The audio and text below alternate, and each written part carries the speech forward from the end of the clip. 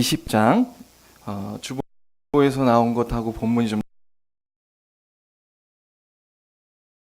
28절까지 보겠습니다. 20장 1절부터 28절까지 말씀입니다.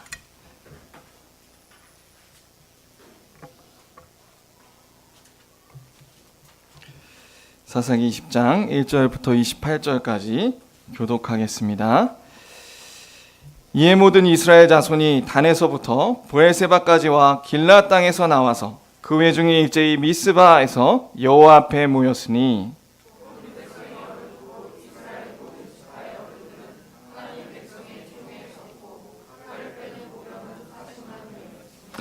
이스라엘 자손이 미스바에 올라간 것을 베냐민 자손이 들었더라. 이스라엘 자손이 이르되 이 악한 일이 어떻게 일어났는지 우리에게 말하라 하니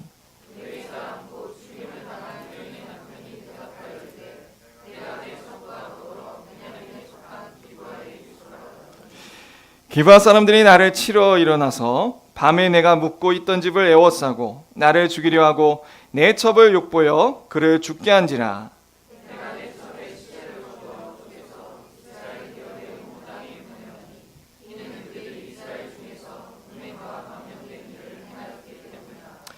이스라엘 자손들아 너희가 다 여기 있은즉 너희의 의견과 방책을 낼지니라 하니라.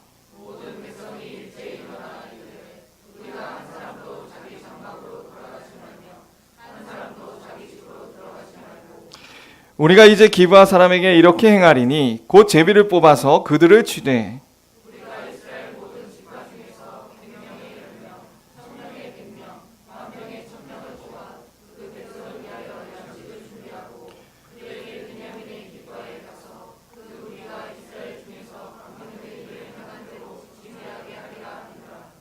이와 같이 이스라엘 모든 사람이 하나같이 합심하여 그 성읍을 치려고 모였더라.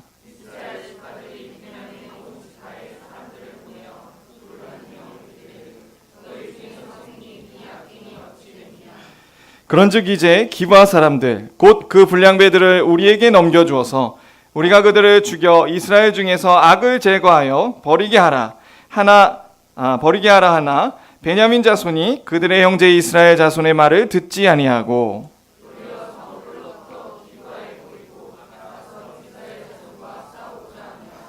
그때 그 성읍들로부터 나온 베냐민 자손의 수는 칼을 빼는 자가 모두 26,000명이요 그 외에 기브아 주민 중 택한 자가 700명인데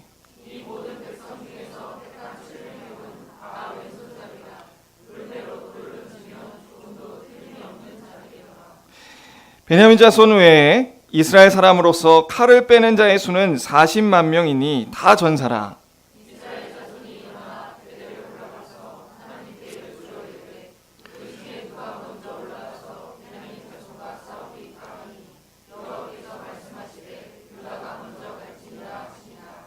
이스라엘 자손이 아침에 일어나 기브아를 대하여 진을 치니라.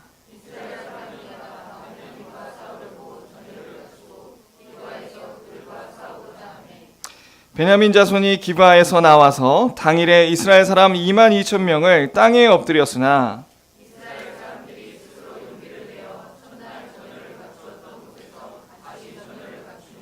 이스라엘 자손이 올라가 여호와 앞에서 저물도록 울며 여호와께 여쭈어 이르되 내가 다시 나아가서 내 형제 베냐민 자손과 싸우리이까 하니 여호와께서 말씀하시되 올라가서 치라 하시니라.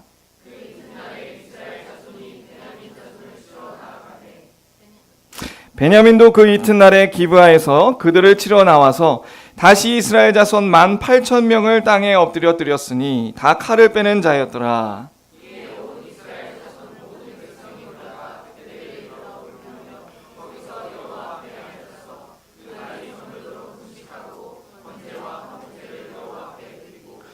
이스라엘 자손이 여호와께 물으니라. 그때에는 하나님의 언약궤가 있고 아론의 손자인 엘르아살의 아들 비느하스가 그 앞에 모시고 섰더라. 이스라엘 자손들이 여쭈기를 우리가 다시 나아가 내 형제 베냐민 자손과 싸우리까 말리까 하니 여호와께서 이르시되 올라가라. 내일은 내가 그를 내 손에 넘겨주리라 하는지라. 아멘. 저희는 지금 이 사사기의 마지막 17장에서 21장을 보고 있습니다. 그러니까 하나님을 왕으로 모시지 않고 그 말씀에 다스림을 받지 않은 이 언약 백성들의 점점 타락하는 모습들을 보고 있습니다. 그런데 이제 이 20장부터 뿐만 아니라 오늘의 포인트는 여기에 있어요. 생각해보면 점점 그 이스라엘 백성들 안에 있는 죄가 확장되어 가는 것을 우리가 볼 수 있습니다. 우리 처음에 17장에 보면요. 첫 번째 어떤 가정부터 시작했죠? 미가의 가정의 타락성을 봤어요. 그 미가의 가정은 우상 숭배를 하는 것으로서 당시 이스라엘 백성들의 가정들이 우상 숭배하더라. 그렇게 한 개인과 가정으로부터 시작됐습니다. 그런데 그렇게 이스라엘 백성들이 우상 숭배하는 그 이유를 뭐라고 꼽았죠? 레위 제사장. 제사장은 아니죠. 당시 이스라엘 백성들의 종교 지도자라는 레위 때문에 레위가 어떻게 살아갔죠? 돈과 명예를 쫓아 그렇게 기복주의적으로 살아갔단 말이에요. 그러니까 그런 사람들이 백성들을 지도하고 가르치니 그 모양이 되었더라 이렇게 설명하고 있어요. 그리고 그 레위를 중심으로 가정뿐만 아니라 어떻게 됐습니까? 단지파도 그 레위 사람을 제사장으로 모셔서 함께 다른 땅으로 갔다고요.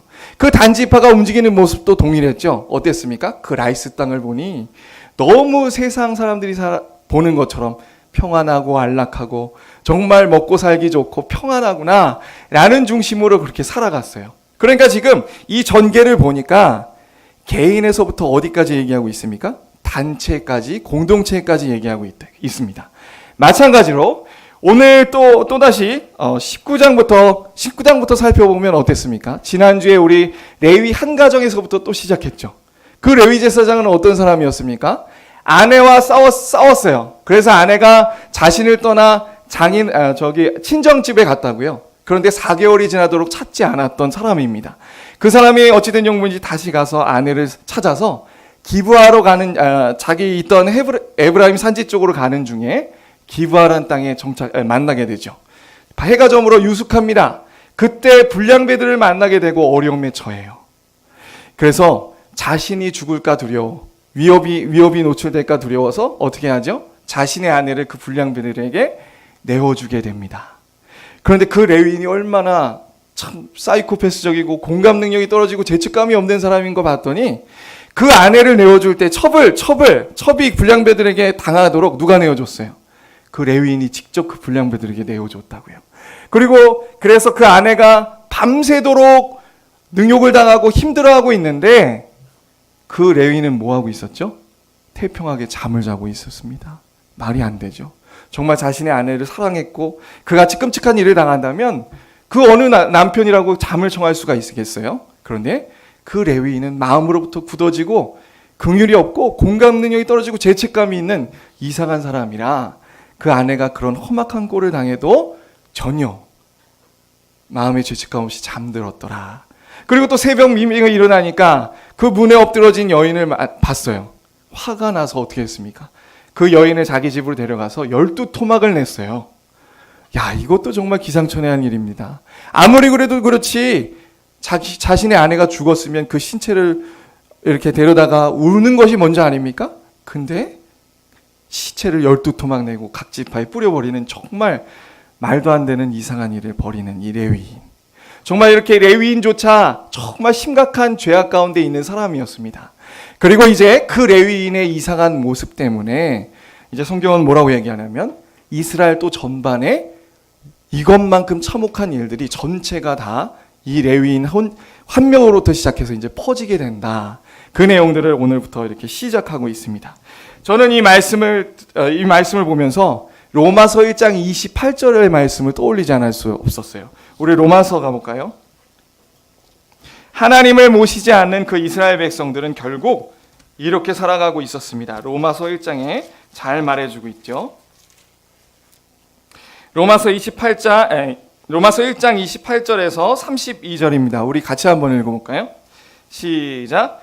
또한 그들이 마음에 하나님 두기를 싫어하며 하나님께서 그들을 그 상실한 마음대로 내버려 두사 합당하지 못한 일을 하게 하셨으니 곧 모든 불의, 추악, 탐욕, 악의가 가득한 자요 시기, 살인, 분쟁, 사기, 악독이 가득한 자요 수근수근하는 자요 비방하는 자요 하나님께서 미워하시는 자요 능욕하는 자요 교만한 자요 자랑하는 자요, 악을 도모하는 자요, 부모를 거역한 자요, 우매한 자요, 배약하는 자요, 무정한 자요, 무자비한 자라.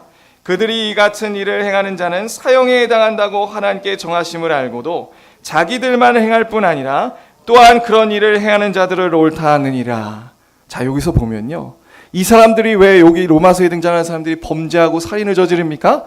결국 첫 번째 핵심은 그들이 마음에 하나님을 두기 싫어했기 때문이에요. 다시 말하면 하나님을 왕으로 모시고 정말 말씀의 다스림을 받기에 관심 없이 살아가요.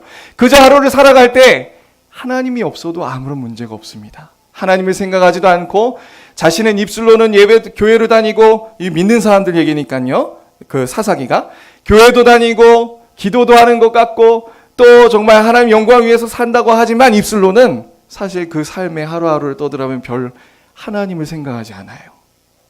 그리고 뿐만 아니라 하나님을 생각하되 자기가 만들어 놓은 우상의 하나님을 생각하며 그렇게 살아갑니다. 이게 하나님을 마음에 두기 싫어하는 모습이에요. 그에 따라 온갖 악한 행위들이 저질러지고 있죠. 여기 그 목록들이 나오고 있습니다. 근데 포인트는 뭐냐면 처음에는 불의와 추악, 탐욕, 악이 개인적인 어떤 악들로 시작해요. 근데 그러다가 살다 보면 혼자 사는 게 아니잖아요. 여기 보니까 뭐가 일어납니까? 살인 다음에 29절 분쟁이 일어나요. 그리고 또 어떡합니까? 혼자 남을 정죄하고 비난하고 막 욕하는 게 아니라 모여서 다른 사람들의 죄를 질책하고 뒤에서 험담하고 수군수군한단 말이에요.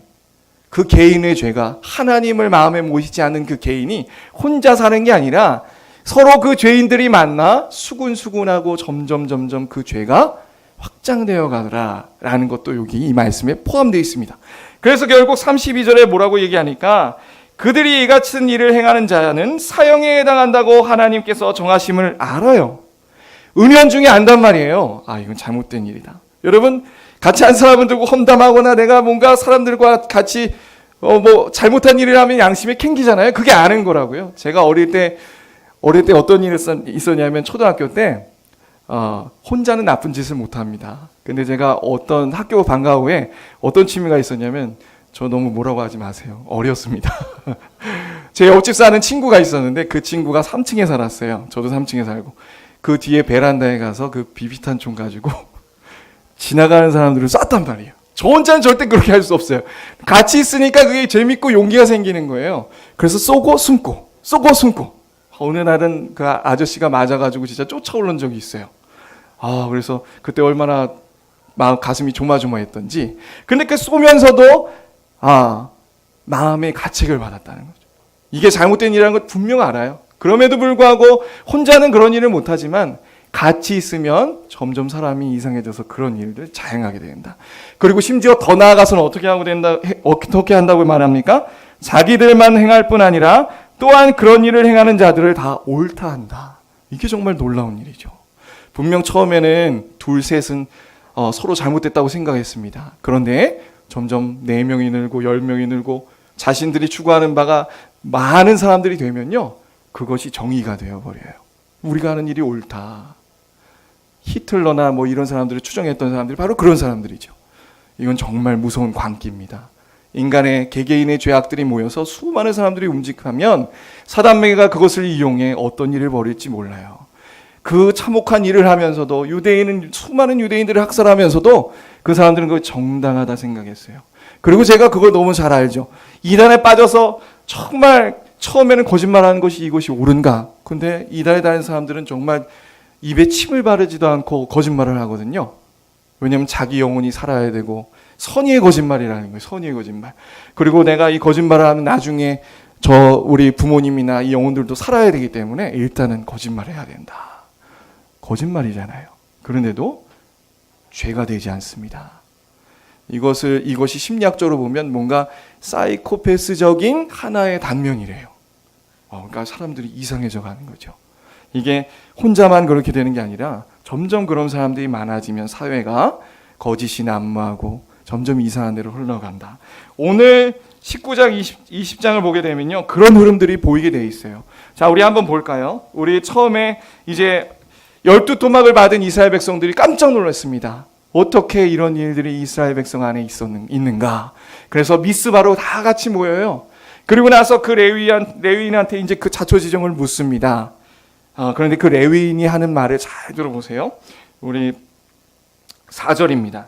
레위 사람 곧 죽임을 당한 여인의 남편이 대답하여 이르되 내가 내 첩과 더불어 베냐민에 속한 기브아에 유숙하러 갔더니 기브아 사람들이 나를 치러 일어나서 밤에 내가 묵고 있던 집을 에워싸고 나를 죽이려 하고 내 첩을 욕보여 그를 죽게 한지라. 자, 여러분, 우리 5절을 그냥 넘기면 안 됩니다. 지금 이 사람이 어떻게 하고 있냐면 자신의 입장에게 유리하게 다 증언을 하고 있다고요. 자신은 아무 잘못 없고 자신은 선한 것처럼 생각하고 자신은 다 피해자고 너무 화가 나서 정말 우리 아내가 죽었고 이런 피해자 코스프레로 지금 다 하고 있다고요. 자, 보세요. 처음에 5절이 누가 자신을 치료했다고 했습니까? 기브아 사람들이. 그런데 앞에 이 사사기 저자는요 그렇게 기술하지 않았어요. 19장 22절 보면요, 기브아 사람들이 아니라 이 사람을 해롭게 하고 폭력을 행사한 사람이 누구였죠? 행사하려고 한 불량배들이라고요. 소수의 불량배들이었어요. 그런데 지금 뭐라고 합니까? 기브아 사람들이 나한테 다 그랬다. 마치 기브아 사람들이 자신을 죽이려고 다 한 것처럼 그랬다는 거예요. 그리고 집을 에워싸고 나를 죽이려 했다고 그러는데 그것도 거짓말이에요. 죽이려 한 게 아니라 끌어내라. 우리가 이 사람이 어떤 사람인지 알아보려고 한다. 그리고 그거는 이제 성관계로 이어지는 거죠. 죽이려고 한 게 아니라고요. 근데 나를 죽이려고 했다. 이렇게 표현하고 있어요. 그리고 또 거짓말을 한 게 하나 있습니다. 이거는 거짓말이라기보다 숨긴 거예요. 내 첩을 욕보여 그녀를 죽게 했다. 보세요, 여러분.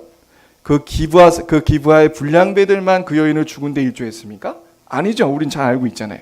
직접 본인의 손으로 그 첩을 내보냈어요. 자기도 죽이는데 일조했단 말이죠. 그런데 그런 얘기는 싹 빼놓고 지금 보니까 그들이 내 첩을 잡아 죽였다. 지금 보면 어떻습니까? 다 자신의 입장에서 자신이 유리한 대로 그렇게 많은 사람들 앞에 증언을 하고 있어요. 그래서 참 놀라운 게 이 말을 듣고 이스라엘 지파의 그 대표들이 다 분노해요.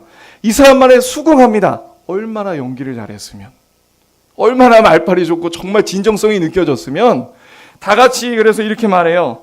8절에 보니까 모든 백성이 일제히 일어나 이르되 우리가 한 사람도 자기 장막으로 돌아가지 말며 한 사람도 자기 집으로 들어가지 말고 우리가 이제 기브아 사람에게 이렇게 행하리니 곧 제비를 뽑아서 그들을 치겠다.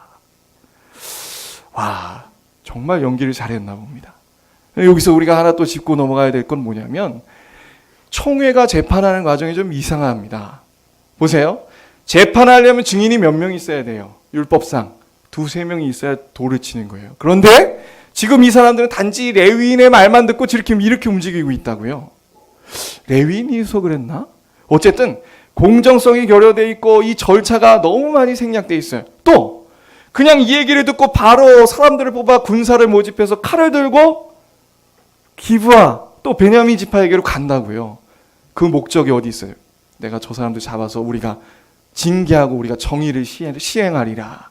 그 전에 베냐민 사람들을 좀 더 나오게 해서 그 얘기 자초지정을 얘기하고 베냐민 안에서 한번 처리해 보도록 해볼 수도 있는 거 아닌가요? 그게 절차상 맞지 않나요? 지금 당장에 칼을 빼들고 들어가면 싸우자는 것밖에 안 되죠. 그러니까 기브아 사람들 외에 다른 베냐민의 많은 사람들은 한마디로 이게 웬 마른 하늘의 날벼락이냐. 지금 이런 형국이 된 겁니다. 그러니까 지금 우리가 여기서 보면 무엇을 알 수 있습니까? 대표라고 하는 사람들조차도 이 레위 사람들에게 이 한 사람 레위 사람의 복수의 심에 불타는 그 한 사람의 거짓 언변에 속아서 좌우되고 있어요. 이게 얼마나 우스운 꼴입니까? 우스운 꼴이야. 그 대표라면 아무나 대표가 되는 건 아니잖아요. 그나마 현명하다고 한 사람들이 대표가 되는 건데 고작 이 레위 한 사람을 통해 지금 이런 일들이 일어나고 있다라는 거. 정말 안타까운 일이 아닐 수 없습니다. 그런데 이 사람들만 문제는 또 아니었어요. 이 사람들만 문제는 아닙니다. 또 어떤 사람들이 문제였냐면 그 베냐민 사람들이 문제였어요. 자, 12절부터 한번 봅시다. 이스라엘 지파들이 베냐민 온 지파에 사람들을 보내어 두루 다니며 이르기를 너희 중에서 생긴 이 악이 어찌 됨이냐. 그런즉 이제 기브아 사람들 곧 그 불량배들을 우리에게 넘겨주어서 우리가 그들을 죽여 이스라엘 중에서 악을 제하여 버리게 하라 하나. 뭐라고 그래요? 베냐민 자손이 그들의 형제 이스라엘 자손의 말을 듣지 아니하고 도리어 성읍들로부터 기브아에 모이고 나가서 이스라엘 자손과 싸우고자 하니라. 베냐민도 문제가 있어요. 베냐민도. 지금 그 이스라엘 11지파가 다 모여서 문제 있다고 얘기하면 뭔가 문제가 있는 겁니다. 그죠? 그러면 본인들이 생각했을 때 이게 무슨 문제인가 고민하고 우리가 정말 그 사실을 알아보겠다, 더 알아보겠다 이런 태도가 아니라 지금 도리어 싸우려 하고 있어요. 이걸 통해서 우리 뭘 알 수 있냐? 이 사람들은 참 어리석은 사람들이구나 라는 걸 한편으로 알 수 있고, 또 하나는 뭐냐면 이걸 우리식으로 각색하면 내 사람 감싸기예요. 뭐라고요? 내 사람 감싸기. 팔은 안으로 굽는다고 그러죠. 지금 베냐민에게 있어서 기브아는 자기 사람들인 겁니다. 이스라엘은 본래 이렇게 시작하지 않았어요. 한 지파로서 하나의 공동체로서 가나안 정복을 같이 시작했습니다. 그런데 어느 순간부터 지파 간에 균열이 생기고 내 지파, 네 지파 이 분열이 생긴 거예요. 그래서 좀 더 지파의 어떤 주의가 강하게 된 거예요. 그래서 지금 우리 사람들 죄 졌어도 내줄 수 없다. 그래서 싸우려고 하는 거죠. 사실 이런 모습을 봤을 때 베냐민 지파는 자신들의 극악한 범죄를 행한 그 불량배들을 징계할 자정 능력을 상실한 상태입니다. 스스로 징계할 수 없어요. 그러니까 지금 똑같은 사람들끼리 지금 이렇게 치고받고 싸우려고 하는 거죠. 하나님이 보시기에 어땠을까요? 우리가 이 사람들의 지금 행동들을, 또 생각들을, 감정들을 잘 생각해 보셔야 됩니다. 무슨 얘기냐? 지금 이스라엘 지파는 그 레위 사람의 말을 듣고 자신들은 정의를 행하러 간다 외치고 있었어요. 하지만 뒤에 모습 보면 이스라엘 백성들도 베냐민 지파나 기브아 사람들하고 똑같은 사람들이었구나를 알게 됩니다. 이건 우리에게 아주 귀중한 교훈을 줘요. 무슨 얘기냐? 도무지 인간은 내 죄를 깨달을 수 없구나. 남의 잘못은 너무나도 잘 봐요. 남의 잘못은 어떻게 그렇게 잘 보는지 성경에도 내 눈에 들보는 못 보고 남의 티는 잘 본다고 하잖아요. 다들 서로 얘기하면 들어보면 저도 마찬가지입니다. 저도 조심해야 될 바요. 나를 몰라요, 나를. 그리고 남의 잘못과 부족한 단점들은 너무 잘 보입니다. 그래서 내가 어떤 사람에게 피해를 당하게 되면 저 사람 때문에 내가 힘들어 죽겠구나. 저 사람만 아니면 내가 그럴 텐데. 이런 마음이 가득하다고요. 지금 똑같아요. 우리 개인뿐만 아니라 우리 공동체에서도 또 한국교회 내에서도 그런 일들이 많이 일어나고 있죠. 저 모교회 세습하려고 하고 있는 모교회나 S교회나 다 한국교회 안에서 그건 잘못된 것이다. 잘못된 것이다. 그렇게 하면 안 된다라고 얘기하지만 지금 어떻게 하고 있죠? 우리가 맞다. 우리가 우리 안에서 하는데 무슨 상관이냐? 이러고 있다고요. 이거는 공동체나 개인이나 마찬가지입니다. 얼마나 사람이 비참한지 정말 자신의 죄들을 깨달을 수 없는 게 바로 우리예요. 비참함의 첫 번째는 이겁니다.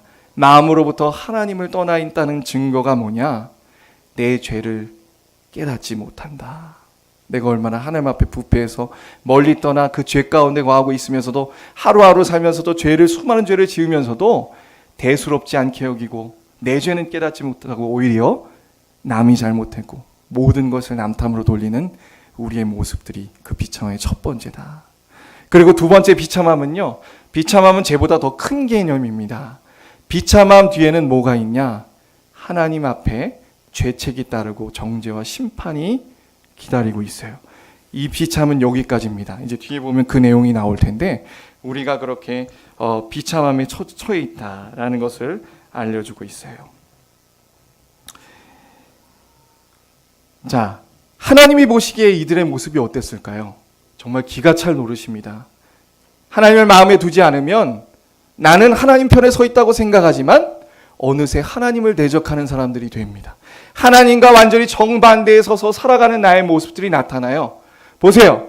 하나님이 언약의 백성으로서 가나안 땅에 보내시는 이유가 뭐였습니까? 가나안 땅에 들어가서 그 가나안 족속들을 쫓아내서 싸워서 쫓아낸 다음에 정말 이 세상이 하나님의 영광을 보고 하나님의 사랑하며 하나님 뜻대로 살아가는 제사장 나라를 건설하라고 하셨어요. 그게 하나님이 주신 비전이자 뜻입니다. 누구라고 싸우라고요? 가나안 족속들하고 싸우라고요. 오늘날로 얘기하면 우리가 세상 가운데 믿음을 가지고 우리 교회가 존재하는 목적이 뭡니까? 진짜 치고받고 싸우라는 게 아니라 이건 영적인 문제죠. 세상 풍조를 거슬러 우리가 이 세상 가운데 정말 하나님의 말씀을 따르고 살아가는 사람들로 우뚝 서 있는 자로 살아가라. 그래서 우리 교회가 빛과 소금이 되어 하나님 살아계심을 세상으로부터 나타내라는 거 아니에요. 그런데 지금 이스라엘 사람들이 지금 뭘 하고 있습니까?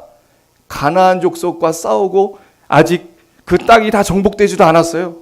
앞에 보니까 기브아 땅, 예루살렘이잖아요. 정복되지도 않았는데 그거에는 전혀 관심이 없고 지금 뭐 하려고 그래요? 서로 싸우려고 하는 거예요. 서로 하나님의 백성들 형제 자매 간에 서로 싸우려고 하고 있는 거예요. 근데 놀랍게도 이 베냐민 지파를 치기 위해 10지파가 하나 되는데 이 8절에 보니까 일제히 일어나. 또 우리 10절 보세요. 10절 보니까 9절인가요? 11절이네요. 이스라엘 모든 사람이 하나같이 합심하여 그 성읍을 치려고 모였더라. 이렇게 일제히 일어나고 모든 사람이 마음을 합심하여서 가나안 족속을 쳤던 적은 없습니다. 온니엘 때가 그나마 온니엘 때가 그랬죠. 그 이후로는 없어요. 그런데 지금 완전 그 반대가 돼요. 가나안 베냐민 지파를 치려고 하는데 모든 지파가 합심하여 치기로 나선다. 와, 정말 이것만 봐도 얼마나 하나님과 멀어져 있고 하나님과 반대되어 살아가는지. 그런데도 이 사람들은 자기 잘못을 못 깨닫는다니까요. 그게 정말 심각합니다. 이건 개개인의 문제일 뿐만 아니라 그런 사람들이 모여서 우리 교회를 이루죠. 공동체의 문제예요. 공동체의 문제. 어쩌다 이 지경까지 되는가. 근데 앞서 얘기하면 이게 사사기 말기일까요? 중기일까요? 언제일까요? 초기라는 사실이에요. 여호수아가 죽은 즉 바로 이런 일이 일어났어요. 우리가 어디서 근거를 찾을 수 있냐면 좀 이따가 이제 뒤에 보시면 하나님 앞에 기도하는데 비느하스를 데려옵니다. 이 비느하스는 뭐냐면 여호수아 때 있었던 사람이에요. 그래서 미디안 여인을 가지고 데려와서 막 자려고 하는데 창으로 찌른 바로 그 사람이 아론의 손자 비느하스입니다. 그 사람이 살아있다면 초기죠. 이미 초기에서부터 이런 악한 일들이 일어나고 있고 하나님과 정반대되는 대로 가고 있더라. 그러니까 여기서 우리가 분명히 알아야 될 건 뭐냐면 순식간이로구나. 우리가 하나님을 떠나 죄악 가운데 달려가는 건 진짜 너무 빠르고 급속도로 화살과 같구나라는 걸 알아야 돼요. 똑같이요. 이스라엘 백성들이, 이건 역사는 반복됩니다. 이스라엘 백성들이 출애굽의 놀라운 홍해바다가 아래는 은혜를 경험하고 나왔어요. 얼마나 감사하고 은혜롭게 찬양했습니까? 그런데 금방 시내산에 가서 하나님이 언약을 체결하고 모세를 불러 십계명을 받는 와중에 아래에서 바로 금송아지 숭배를 하는 외도를 저지르고 있잖아요. 하나님 앞에. 이게 우리의 모습이죠. 우리의 모습. 역시 거기서 끝나는 게 아니라 또 하나님이 두 번째 시내산에서 언약을 체결하고 은혜를 베푸셔서 다시 시작했지만 결국 40년 동안 그들은 뭐 했습니까? 죄만 졌더라. 40년 광야 생활의 모든 내용들이 다 죄짓고 하나님 앞에 징계받고 하나님 마음 상하게 하고 아프게 하고, 이건 참 우리가 비참하게 여겨야 될 일입니다. 바로 이 모습이 우리 안에도 있다는 거죠. 그런데 깨닫지 못한다. 그 죄가 얼마나 심각한지, 내 자신이 하나님 앞에 얼마나 심각하게 살아가고 있는지 깨닫지 못하더라. 그러면 어떡합니까? 그러면 이런 우리가 죽어야 할까요? 아니에요. 놀랍게도 이러한 비참함 속에, 이 정말 이스라엘의 그 악한 상황 속에 유일한 희망의 빛이 오늘 여기 보이고 있습니다. 17장에서 21장까지 유일하게 이 부분이에요. 이 부분. 그래서 이 부분이 얼마나 감사하고 은혜되는지 모릅니다. 자, 보시면 이제 베냐민 지파와 싸우기 이전에 이스라엘 백성들이 모입니다. 17절부터인데 모여서 이렇게 말하죠. 18절에 이스라엘 자손이 일어나 베델에 올라가서 하나님께 여쭈어 이르되 우리 중에 누가 먼저 올라가서 베냐민 자손과 싸우리까 하니 여호와께서 말씀하시되 유다가 먼저 갈지니라 하시니라. 참 놀랍게도 이스라엘 백성들이 지금 뭐하고 있어요? 전쟁에 앞서 하나님 앞에 기도하는 장면입니다. 반은 칭찬할 만해요. 그래도 기도는 했으니까. 그러나 사실 이것도 자신의 욕망과 자신의 죄가 가득한 상태에서 한 기도임을 우리가 알게 돼요. 하나님이 응답하셨다고 해서 그것이 다 잘하고 있다라고 얘기하는 것은 아닙니다. 우리는 여기서 두 가지를 알 수 있는데, 하나님이 기도를 통해서 이 사람들을 만지시기 시작했구나를 알 수 있어요. 참 놀랍습니다. 기도를 해서 유다가 먼저 갈지니라 해서 이 사람들이 유다가 갑니다. 그런데 엄청 깨지고 돌아와요. 몇 명이 죽었냐면 21절에 보니 이스라엘 사람 22,000명이 땅에 엎드러졌습니다. 아니, 하나님이 가라고 했잖아요. 근데 왜 집니까? 이상한 거예요. 이상한 거. 졌다는 거예요. 그래서 이 사람들이 마음이 약간 가난해졌어요. 그런데도 아직은 자신들의 죄가 얼마나 악한지 멀었습니다. 22절 보세요. 22절에 보니까 또다시 스스로 용기 내어 첫날 전열을 갖추었던 곳에서 다시 전열을 갖추어요. 마음이 가난해지지 않는데 아직도 누구를 의지하고 있습니까? 자신들을 의지하고 있고 아직 생각 못하는 거예요. 우리가 맞는데 저 사람들 우리가 정의를 행사해서 칼을 뽑았는데 왜 우리가 졌을까? 요 정도죠. 그래서 보면 23절에 기도의 내용이 바뀌기 시작합니다. 지금 뭐라고 하고 있나 볼까요? 우리 한번 읽어볼까요? 시작. 이스라엘 자손이 올라가 여호와 앞에서 저물도록 울며 여호와께 여쭈어 이르되 내가 다시 나아가서 내 형제 베냐민 자손과 싸우리까 하니 여호와께서 말씀하시되 올라가서 치라. 기도 제목이 약간 바뀌었죠. 아까는 그냥 싸우러 가는 것이 하나님 뜻이라고 생각했어요. 당연하지. 저 악한 자들을 우리가 심판하러 가는 것에 하나님의 공의를 행하러 우리가 가는 것이지 라고만 생각했어요. 그런데 자신들이 실패하고 지자 수적으로 차이가 나잖아요. 엄청난 차이인데도 불구하고 지자 이 사람들이 다시 하나님 앞에 기도하기인데 뭐라 기도하냐? 하나님, 내 형제 베냐민 지파와 싸우리까? 그런데 아직 멀었습니다. 또 하나님께서는 허락하셔요. 근데 이것이 은혜입니다. 비록 졌지만. 그래서 또 싸워서 이번엔 25절에 보니까 자손 18,000명을 땅에 엎드렸어요. 18,000명이 또 죽었습니다. 또 죽었어요. 얼마나 마음에 상심이 있고 비참해졌겠습니까? 그러자 이 사람들이 지금 하는 모습들이 뭡니까? 26절이에요. 26절에 보니까 온 이스라엘 자손 모든 백성이 올라가 베델에 이르며 울며 거기서 여호와 앞에 앉아서 그 날이 저물도록 금식하고 번제와 화목제를 여호와 앞에 드리고 이스라엘 자손이 여호와께 물으니라. 그때 하나님의 언약궤가 거기 있고 아론의 손자인 엘르아살의 아들 비느하스가 그 앞에 모시고 섰더라. 이스라엘 자손들이 여쭙기를 우리가 다시 나아가 내 형제 베냐민 자손과 싸우리까 말리까 하니 여호와께서 이르시되 올라가라. 내일은 내가 그를 내 손에 넘겨주리라 하시리라. 이번에도 기도 제목이 바뀌었죠. 뭐라고 합니까? 아까는 내 형제 베냐민 자손을 치리까? 라고만 얘기했지만 이번에는 하나님 치는 게 하나님 뜻입니까? 아니면 우리가 내 형제를 치지 않는 게 하나님 뜻입니까? 가난해졌다는 걸 마음이. 하나님은 지금 기도를 통해 이 이스라엘 백성들의 교만함을 낮추시고 계십니다. 이스라엘 백성들도 똑같은 사람들이었어요. 하나님 앞에. 똑같이 하나님을 왕으로 모시지 않고 자기가 옳다라고만 생각하고 살아갔던 사람들이에요. 그리고 공정하게 그 죄악들을 치리하지 못하는 그런 사람들이었습니다. 자신들이 하나님 앞에 100% 옳다 하고 하나님 앞에 나아갔지만 하나님은 그 기도를 허락하시면서 실패하게 만드셨어요. 우리도 마찬가지죠. 우리가 기도할 때에 우리는 기도가 나의 소원을 이루는 수단이라고 생각하며 기도할 수 있어요. 물론 소원도 아뢰 수 있습니다. 아뢰십시오. 그런데 우리에게 주어지는 유익은 뭐죠? 그것이 내 탐욕과 내 욕심에 의한 기도라면 이거 좀 무서운 말이긴 한데 하나님이 그 기도를 통해 우리를 변화시키실 겁니다. 아멘? 변화시키실 거예요. 이게 뼈아픈 얘기지만 기도가 그래서 은혜의 수단이라는 거죠. 기도는 우리의 뜻을 하나님 앞에 관철시키는 것이 아니고 기도를 통해 말씀을 붙들고 하나님이 어떠한 분이신가를 더 알아가는 은혜의 수단입니다. 기도할 때 반드시 그 과정을 거치게 돼 있어요. 우리가 하나님 앞에 죄인인지 모르고 있을 때 하나님이 역사하시는 방법은 첫 번째 말씀을 통해서지만 말씀만 가지고는 되지 않습니다. 정말 말씀의 은혜를 받으면 뭐로 이어져 가죠? 기도죠. 그래서 기도 가운데 그 사람의 신앙을 살펴볼 수 있는데 기도 가운데 말씀에 계시는 하나님의 말씀을 들어 기도해요. 그리고 자신을 점검합니다. 기도. 그렇지 않다면 자신 막 이거 이루어 주세요. 하나님 이것이 하나님 뜻이 분명합니다. 그런데 자신의 탐욕 가운데 기도하고 있어.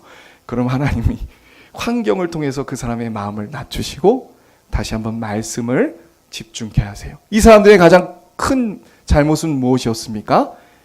완전 하나님이 명하신 비전이고 사명이고 다 잃어버렸죠. 하나님께서 원하시는 말씀을 다 잃어버렸다고요. 가나안 땅에 들어가 하나님께서 정해주신 지경을 정복하고 가나안 족속들을 쫓아내고 그곳에 하나님 나라를 세우라는 이 말씀이 없어요. 그 이꼴 무슨 얘기입니까? 하나님이 마음에 없다고요. 껍데기만 남았습니다. 그럼에도 불구하고 하나님은 그 사람들을 관용하시고 지금 이스라엘 백성들을 기도를 통해 낮추시고 또 낮추셨다는 거예요. 이것이 얼마나 감사한지 모릅니다.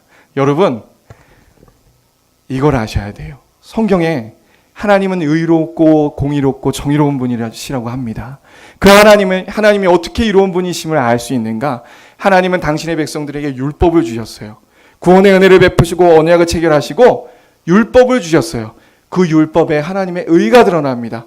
주셨을 뿐만 아니라 뭐라 하시냐면 정말 율법대로 하나님께 감사하며 율법대로 살아야 된다라고 명하셔요. 그리고 당신의 백성들을 가만두시지 않으시고 그렇게 살지 못하면 징계하심으로 하나님의 의로움이 드러납니다.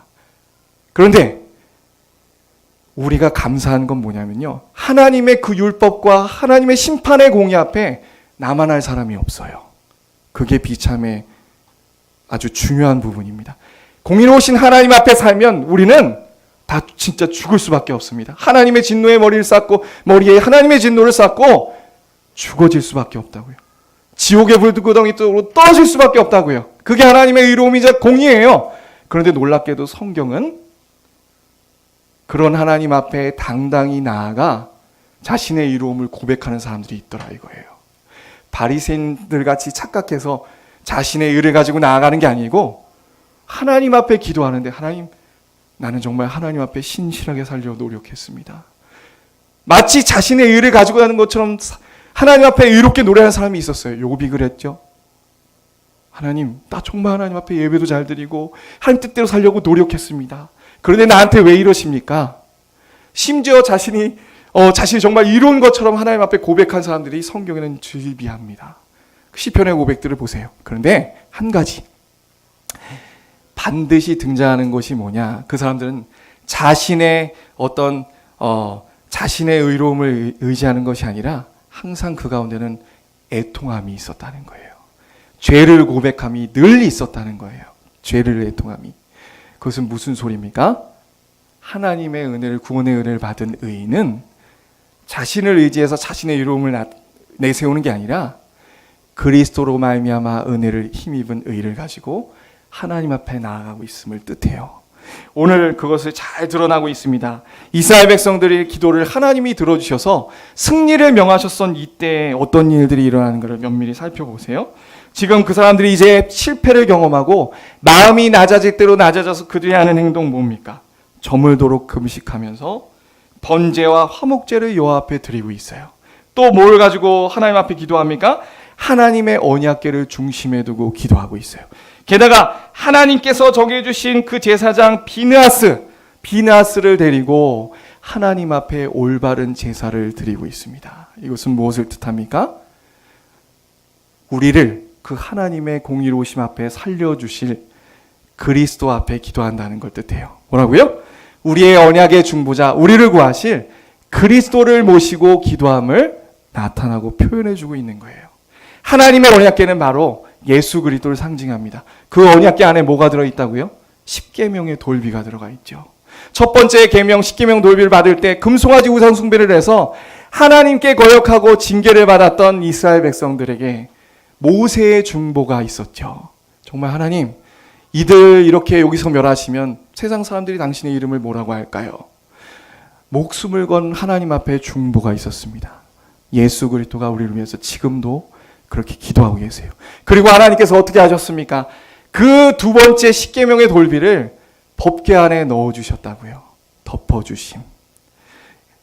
이제 우리의 죄악으로 말미암아 도저히 우리는 하나님 앞에 하나님의 뜻대로 살아갈 수 없는 존재임을 얘기하고 있죠. 그래서 하나님이 언약궤에 넣으시고 그 제사에 속죄 드려진 피로 말미암아 하나님 앞에 드려지는 이 예배. 처음부터 이렇게 했어야죠. 처음부터. 이 사람들에겐 분명히 고민이 있었고 자신들이 하나님 앞에 말씀으로부터 떠나 있었음을 알았고, 그리고 궁극적으로 하나님의 은혜가 아니면 자신들의 죄가 속할 길이 없구나라는 생각으로 하나님 앞에 기도한 게 분명합니다. 이것이 우리에게 주는 위로는 무엇이죠? 우리가 정말 지금 이 순간 살아갈 때에 수많은 죄를 저질러요. 그 죄를 깨닫지도 못합니다. 그런데 우리는 기도 가운데 그리스도의 십자가를 의지하며 하나님 앞에 나아갈 수 있다는 것이죠.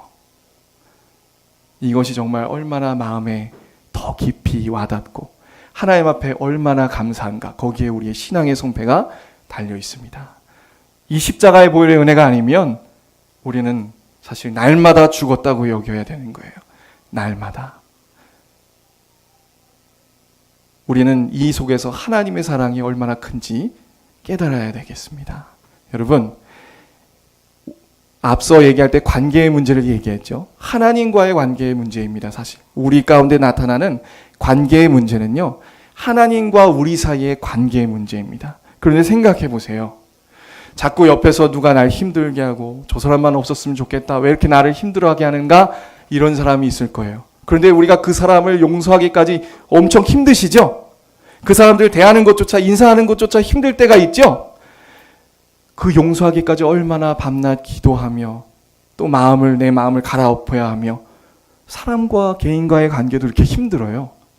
그런데 우리는 하나님이 우리와 관계하실 땐 그런 생각을 해본 적이 별로 없는 것 같아요.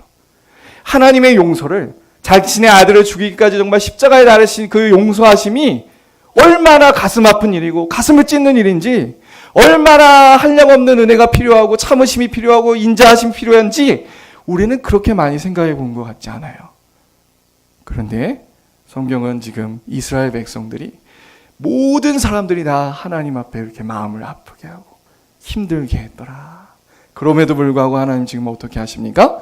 그것을 또 참으시고 기도하게 하심으로써 기도를 통해 또 그 은혜의 제사를 통해 다시금 자신들이 얼마나 하나님 앞에 대적하고 있고 죄인인지 깨닫게 하시고 그들을 낮추시고 다시 복음으로 살려내고 계신다.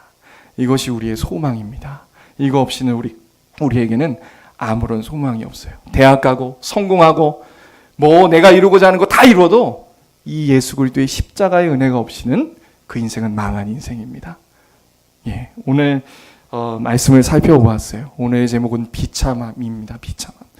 개개인이 하나님의 말씀을 따라 하나님을 마음에 두지 않고 살아갈 때 우리는 나 자신도 모르게 죄 짓고 있어요.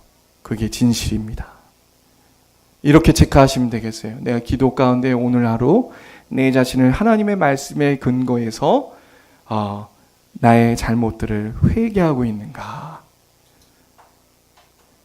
만약에 그것이 하루가 없고 이틀이 없고 한 주가 지나도 아무런 문제가 없다. 그게 문제 있는 겁니다. 그게 하나님을 왕으로 모시지 않고 지금 부패하여 하나님으로부터 멀리 떨어져 있다는 증거예요. 회개하면 우리 신자의 증거입니다. 반드시 구원받은 사람은 팔복의 은혜가 나타나게 돼 있어요. 하나님 앞에 애통해하는 마음이. 세상에서 얘기하는 그냥 그래 죄지 이 정도가 아니죠. 그래갖고는 죄를 끊을 수 없습니다. 하나님의 은혜를 받은 사람은 정말 죄에 대해 애통해하고 심각하게 여기는 마음들이 있어요. 그 싸움이 있어요. 정말 여러분, 그 싸움이 있는가 기도로 하나님 앞에 살피시기 바랍니다. 그저 그 죄만 가지고 나아가는 게 아니라 우리의 기도는 거룩하신 하나님 앞에 나아갈 수 없는 이 죄인이 십자가의 은혜로 의를 이루신 그리스도를 의지하며 그 중보를 힘입어 나아가는 거예요. 그래서 기도 가운데 그리스도의 십자가의 은혜를 생각하며 우리 자신을 점검해 보시기 바랍니다. 정말 우리 모두가 우리의 비참함을 알고 정말 하나님의 은혜를 더 갈망하며 살아가는 우리 모두가 되길 주님의 이름으로 축원합니다. 기도하시겠습니다. 사랑이 많으신 아버지 하나님 감사합니다. 아버지 하나님, 이스라엘 가운데 나타난 죄악상이 개인에서 공동체로 또 이스라엘 전체로 퍼지는 모습을 보았습니다.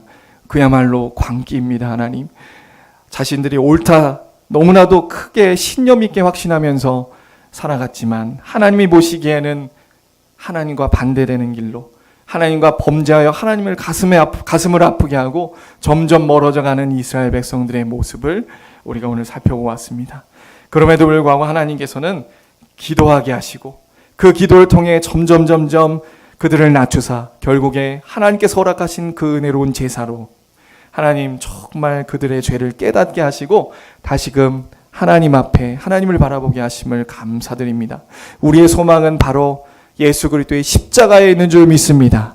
주여, 우리가 한 주 동안 살아갈 때에 그저 살아가지 아니하고 하나님 성경에서 말하는 우리의 상태를 직시하고 말씀으로 늘 점검하며 하나님 앞에 회개하는 역사를 나타내 주시옵소서. 하나님, 정말 십자가의 보혈의 공로를 힘입어 우리가 날마다 하나님 앞에 간절한 마음으로 기도하고 은혜를 구하는 우리 모두가 될 수 있도록 하나님 역사하여 주시옵소서. 감사하며 예수 그리스도 이름으로 기도 올리옵나이다. 우리 292장